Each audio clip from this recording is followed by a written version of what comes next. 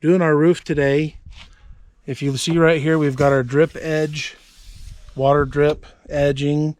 I've got the tar paper just kind of overlaying on this side of the edge. As you can see right here, we've got the drip edging laying over on the top of the tar paper right here, but then we got the tar paper laying over down here. This is how the manufacturer recommends we have it. This is how I've joined the two together. Some people will get creative and they'll cut this out right here and they'll kind of bend that in, but I think that looks terrible. I think it looks better just having it like this. So that's how I'm going to have it. We've got the older tar paper that survived through the winter and early spring. I'm just going to go ahead and lay over a new layer. So I've got some wet patch roof repair here. I'm just going to go put a little bead of this right along here, just to help prevent water from seeping in through here. Don't really need very much. I'm probably putting more on here than I really need to. And it's still coming out. There we go, that's fine. It's still coming out. Stop! Let me get the other side over here. All right, bring the video camera over here, Kyle.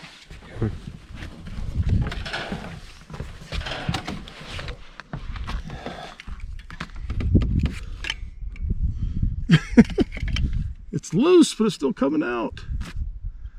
Look at that, still oozing out.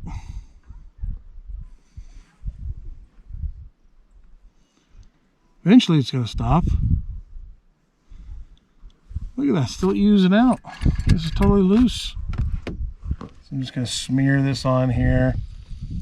Get a nice little seal on there. Nothing fancy, just a piece of cardboard, scrap paper, cardboard. Not a big deal. That smears on fairly easy. I think that's a nice little seal right there. I'm going to go ahead and just smear this excess on here. Why not? Because it can only help with the my first shingle. So I've got my first shingle on here. Some people like to go over past the edge. I don't want to do that. I'm just going to go right up flush against here. I think this is good. But this is where I'm going to set my first shingle. If you look up here, you can see a white line. This is where the manufacturer recommends that we put in the nails.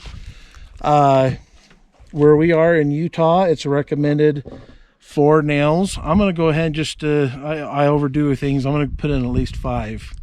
So I'm going to do 5 nails for each shingle. That way I'll be able to sleep better at night knowing that no wind's going to blow off these shingles. So I'm using some 1 1.25 inch long nails. They're a little longer than they really need to be, but since I'm doing this the old-fashioned way, I need to have room for my fingers, and I don't want to smash my fingers or pinch them. So that's what I'm using here.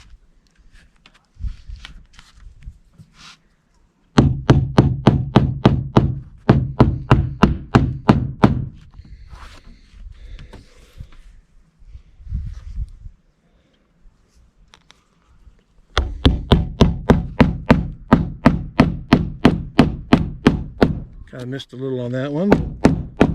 That happens. Doesn't have to be perfect, but we'll just try to stay on that white line. What most roofing pros do is they start off putting the shingle upside down like this. That way they have this top edge working as a underlaying for the other shingles that start and go over before, and then they'll just lay another shingle right side up and go over this to avoid seepage through the cracks. Okay, so that's what most people do, and I think that's what's recommended. But this pro does things a little differently, and I'm going to show you down on that other end. So what I do is I use this special little roofing cutting knife. As you can see, it looks pretty brand new, hardly been used. That's the first time I've used it. It's the first time I've ever done this. So is what I've done is I'm going to go ahead and just cut this little piece off right here. I'm going to put some tar right on here. I've got this little strip on here. I'm going to go ahead and just underlay this right here, just like this. And then the next shingle is going to go on right here. That way, any seepage, I believe this will be more than enough to drip and make out for whatever gets in between here. So I've got some on here on the backing. I'm just going to smear it out. This will help keep this in place.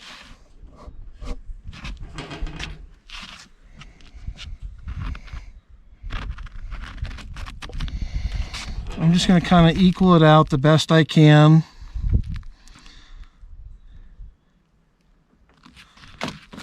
Press down on it a little.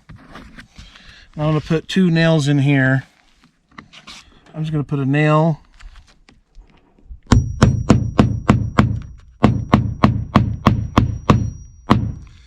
right there.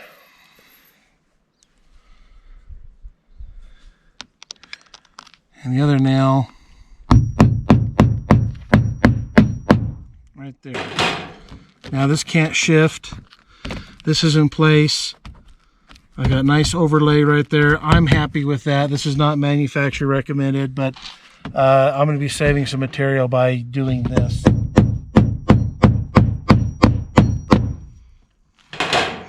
Now if you look over here, here's where the 2 shingles have butted up against each other. Here's my little crack here, my little gap. But if you look underneath here, you can see where I've got the underlay under there. This, I like this. This is going to work just fine. So this next shingle is just going to come over and lay over here just like this. This is good. No water is going to get in there. You see that little gap that I cut out for the underlay on here on the seam? This is going to be nailed in place. Nothing's going to get in here. So I feel good about what I'm doing here. I think this is going to be a money saving situation there. So I'm feeling pretty good about this.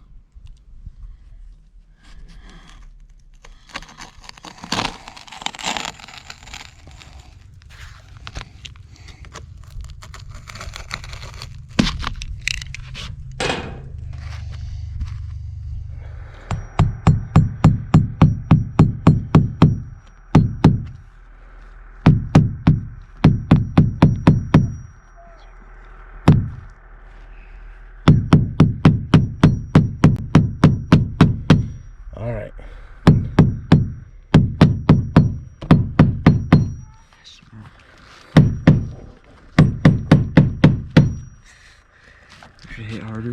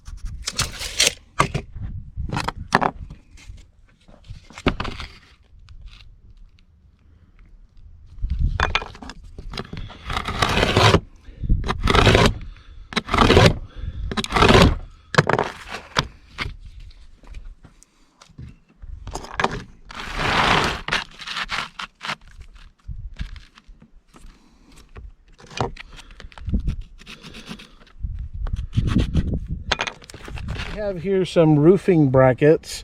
They're cleated in right here. We got 3 spots. The nails are holding in place. We're going to put a platform. We'll show you that here in a little bit. And this is going to give us the opportunity to get on this 12-12 pitch roof and have something to stand on to get up and to be able to reach up higher. If you look over here, you can see where we just are overlaying the shingles on top of that. Is what we'll be able to do is we'll be able to smack that from a hammer down below, and we'll be able to slide it out when we're done. Pretty cool. So I don't have my camera crew here with me today, but I put on this ridge vent. If you haven't seen it before, it's plastic, and it's got little vent holes for ventilation from inside. Now I'm going to lay the ridge shingles up on top. Here's the progress.